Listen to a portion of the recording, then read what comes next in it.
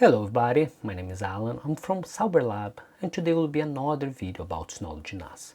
In this video specifically, we're going to explain another option of backup that you can do to fulfill the rule 3-2-1. It means that you need to have 3 copies of the same information, 2 of those could be local and 1 of those needs to be offsite. And in this video specifically, we're going to explain this third option that will be offsite. This one will not be a cloud-based. You need to have at least a second Synology, which we're gonna show how you can install or pick up all the information from your first Synology in another Synology anywhere in the world. Of course, the start of the video will be really similar for my previous video, but then we're gonna show how you can configure the NAS and how you can do the port forwarding in each way that you can configure properly the system. So if you like this idea and want to learn a little bit more about it, we're gonna show in this video, but first of all, don't forget to leave a like, consider to subscribe for the channel if you're not subscribed, and let's understand a little bit more about it.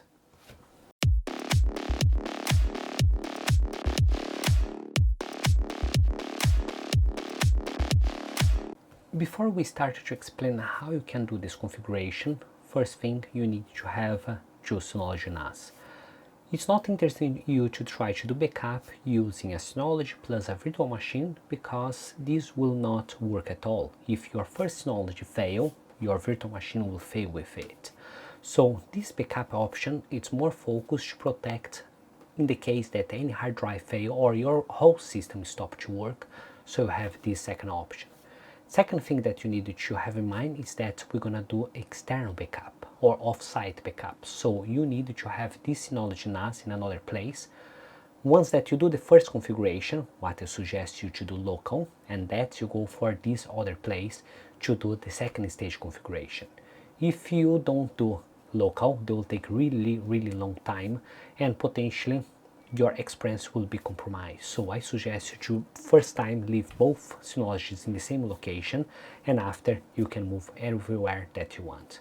Other thing that's important you to have in mind that you need to have port forwarding. If you don't have option to configure port forwarding, you're not gonna be able to do this specific configuration because you need to be able to open that specific port to receive the data. Otherwise, your firewall will block everything and that will not work the way that I expect.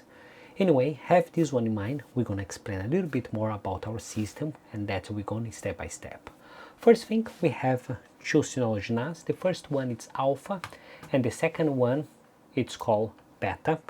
Both Synology NAS it's working at the same network. It's true that one it's a physical Synology and the other it's only a virtual machine. I only use this virtual machine to explain this video, but I really suggest you to have a real Synology NAS. You can have the second Synology NAS as a 2 base or the simple one that you can have only to keep this information. Also, you can configure this Synology NAS to turn on and turn off according for your needs. So once that they finish the backup, you can switch off the Synology and start again before they will start to do the backup. So in this way you can save hardware and you can save battery for the system. First thing that we're gonna look is the Synology that we're gonna receive the backup. In my case will be Beta, what will receive all this information from Alpha. So the application that I need to have installed in this system, if I come here in Back Center, will be this Hyper Backup Vault, and that this is mandatory to have, otherwise it will not work this backup. Other thing that you need to have as well, if you come here in Panel Control, Share Folder, you need to have another folder. As a standard, Synology will create homes and photos because I show how to do photos, but normally we show homes.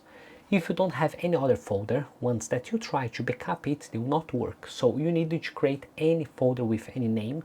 If you have a Docker folder, yes, you can backup there, but I suggest you to create a folder called backup or a specific name. And here in permissions, if you come here and edit permissions, you only leave one user to have permission for that specific folder. It's okay if you want to create a user only to have permission for that specific folder and that this user will be the only one to be able to access it. It's totally fine, but I don't suggest you to leave permissions for this folder for all the users, otherwise they can try to open if it's not encrypted, or they can delete by mistake and no one wants to happen it. So I only leave my admin Sauber-Lab for permission for this specific folder. The next thing that you need to set in here in Alpha, you need to have the default application called Hyper Backup. If I come here installed, I need to have this Hyper Backup installed in this Alpha Synology where I will do the backup. So let's start this backup. I will put open, and the first time that they will open, they will give you this option for you to choose between folder, entire system, or LUNs. In my case, I will go for folders and packaging. I suggest you to do all your system or entire system, but because I don't want to back up a lot of data and take a long time, I will leave only this folder and backup and put next. Now I can select the option of backup that I want. In my case will be Remote NAS Device. I click here and put next. Now what I need to do, I need to come here and click this option to search all the Synologies in my network. If they are not in the same network, potentially they will not work. As I told, it's ideal you to do a local backup first, so I will not show how to do an external backup in the first stage, because this one could take a really long time and it's not interesting. So now I have my server called beta, and here the encryption I need to leave on and put trust. Now I define what port that I want to open. This port is 6281, the standard one that was already there, but if I already use this port, I want to change for any port, I can do it here, and that I need to configure it after my port forwarding. In my case, I will leave this one, I will put login. Once that I put login, they will try to connect to my beta, so I do login with my user Sauber-Lab that have access for the folder backup. Once that you finish to do the backup, they will already appear the authentication user as a Sauber-Lab, and here you can select which folder that they will do backup. In my case, I only have backup because the only one that's not auto-create from the system. If I had other folders, I could select here, but backup is totally fine because I configure that only Sauber-Lab will have access for this one. As a standard, they already give the direct name. If I want to change, I can change, but in my case, totally fine. If I already have previous backup set up and I want only to reconfigure it, I can come here and relink existing backups, but in my case I want to create from zero, so I will leave here and put next. Now is the time to choose which folders that you want to do backup. In my case, I only wanted to activate backup because I don't have any file there and I want to be a fast backup, I want to show, but I suggest you to select all the data that you want to backup and put next. The same thing come here for the applications. I suggest you to select all the applications, but in my case only put antivirus because I want to make it fast. But don't forget, do backup for all your applications or all your apps, principally photos, because they will take a long time to process again, and if you all your faces there or all your configuration, they will be easy only to backup it or restore this backup, then you do everything from zero. So now put next. And here will be the name of the task. I can leave exactly the same. Only thing that I suggest you activate will be enable file change log. What they will give a log for everything that has been changed. And here I will leave exactly the same. Maybe I can reduce the time. I can make it 2 o'clock, 1 o'clock in the morning for a start backup. Or if my company stop to work at 6 o'clock in the afternoon, I can select that 6 o'clock they'll start to do backup. Remember, once that they start to do backup, all your system will be slow. So don't do backup in the time that everyone is working there. So here I activate and leave daily, and here the data checking I leave on Sundays at 5 o'clock because normally no one is using, and this integrity will take a little bit longer time because they will check all the data and confirm that it's not encrypted or is not corrupted and nothing's wrong with your data, because once that you want to restore this backup, you want to be sure that all your data is safe and is good. Other thing, if you want that the second system don't have access for your backup, you can come here and enable side client encryption. In this way, all your data will be encrypted and that will be safe. But remember, if you lose your password or you lose your configuration file, you're gonna lose your backup, no chance to recover it. unless you try to do brute force, and depending on how difficult it's your password, it will take really long time, so don't lose your password if you select this option, enable site encryption. So now I put next, and here will be the rotation. As I told you, have different options of rotation. You can leave for delete early revisions, you can select smart recycling. If you leave here delete early revisions, it means that if I have a 256, they will backup every day for 256 days. After this one, they will delete this previous revision. If you needed to have backup every day and you needed to have this long time, yes, this is the best option, but my point of view, this smart recycle will be the best one because they can keep up to 4 years of backup.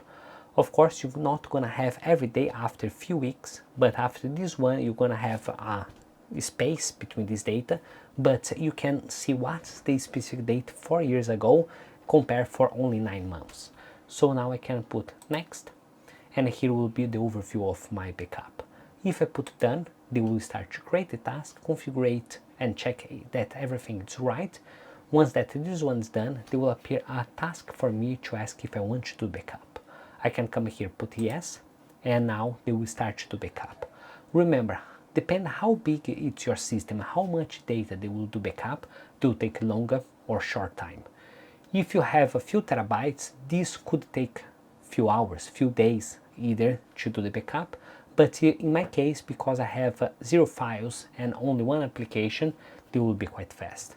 Once that we are waiting to have this preparation of backup, I come here in my beta, close everything, open my apps, and I will open my Hyper Backup voucher. Here they'll show everything that's happening. Here it's already one backup that's working, and here running task, don't appear anything, potentially they already finished my backup. So here I have the information. If I come here in my task, they'll show how long it took to do this backup, and here I have my backup statistic. I can see if the backup has been done or not, and I can see a log of all the files or a log of all the information that happened. So now this backup has been configured locally. Now that your second backup has been completed and here appear successful, is the time that we can move this second Synology NAS. What I suggest you shut out everything, get this Synology NAS and go for your final destination. In your final destination, you're gonna need to connect again for the network, and that you need to open this beta again to start the configuration. What we need to do, we need to configure the dynamic DNS. Why we want to configure dynamic DNS? Because not everyone have a static IP, and potentially time by time they will change, and if they change, all your backup will stop to happen because they will not find you as a backup. So let's do it. Synology have already an option that you can configure your dynamic DNS, or you can use Docker to install application. Suppose that you want to use Cloudflare, you can use Cloudflare dynamic DNS and use it. Suppose that you want to use your Docker DNS, you can do exactly the same using Docker. But in our case, we come here in Control Panel and we come here for external access. And here in external access, I will come for the DNS and I will create a new DNS. I already create one here, but I will show how you can create a new one. So you can come here in Add. Here in Add, we can create a new DNS. You can choose one of those options. Suppose that you want to have Synology or change IP, no IP, free DNS, and other options of dynamic DNS that you can choose. And here you're gonna put the host, username if you need a username, and everything that you need to have here. Once that you configure everything, you're gonna have this dynamic DNS, and always you can update it and check if all this information is valid. If they appear status OK or normal, it means that they are updated. Second thing that you need to do is to open the specific port 6281. In this way, your system can access it. Remember, this port needs to be open in the same location as your beta. So if we come here, suppose that this router is connected to my beta, so here I will do the configuration. Remember, this video specifically I'm using Unified Dream Machine, and that's I have this page. If you have different kind of routers, you need to configure it specific for your type of router. If you don't have anything different, that's totally fine, you can configure it accordingly. But in our case, we need to create this hyper, and this hyper will be for the port 6281, and here will be the IP address for my beta, and the same thing for my port 40. And once that they activate, I can go back for my first Synology and do the configuration as needed. Because this beta is not anymore in the same network, if I put backup now, they will not be able to do any backup. What we need to do, we need to change this server name. To change this server name, we can come here in 3 stars, edit, and here will be all the files that I can do the backup. So suppose that I will want to backup another file. In my case, I will select one of the application for my Docker, and now I come here in the target. In the target, I will put my dynamic NAS, depending which one that you are using will be your website. The good thing to use already the Synology one, because I already create a SSL certification, so you don't need to do anything else, but let's do it. Once that I put my server name or the address for my server, I leave exactly the same port and I can put OK. What they're gonna do, they already change and they will have exactly the same user. Because I configured my dynamic NAS and my port to work, now if I come here, backup, what they're gonna do, so they will do exactly the same thing. If I come here, they already started to do the backup, either that this Synology is not in the same network, they will do the backup and it will show how long they will do this task. Only it's 2-3 megabytes of data, but it's still taking 20-30 minutes. So if you have a few terabytes, they will take so long time that will be almost incredible. So now my backup, it's total of 2.8 megabytes. If I come here, they took 27 seconds to finish this backup. So in this way, we show how you can do backup externally. You can initially do this backup exactly the same thing, use your dynamic NAS. Yes, you can do it, but I don't suggest you do it because it will take a really long time and potentially you can run with some complications as well. I hope that you guys like this video. If you like this video and think that was interesting, don't forget to leave your like, consider subscribe for the channel if you're not subscribed yet, and see you next time. Bye.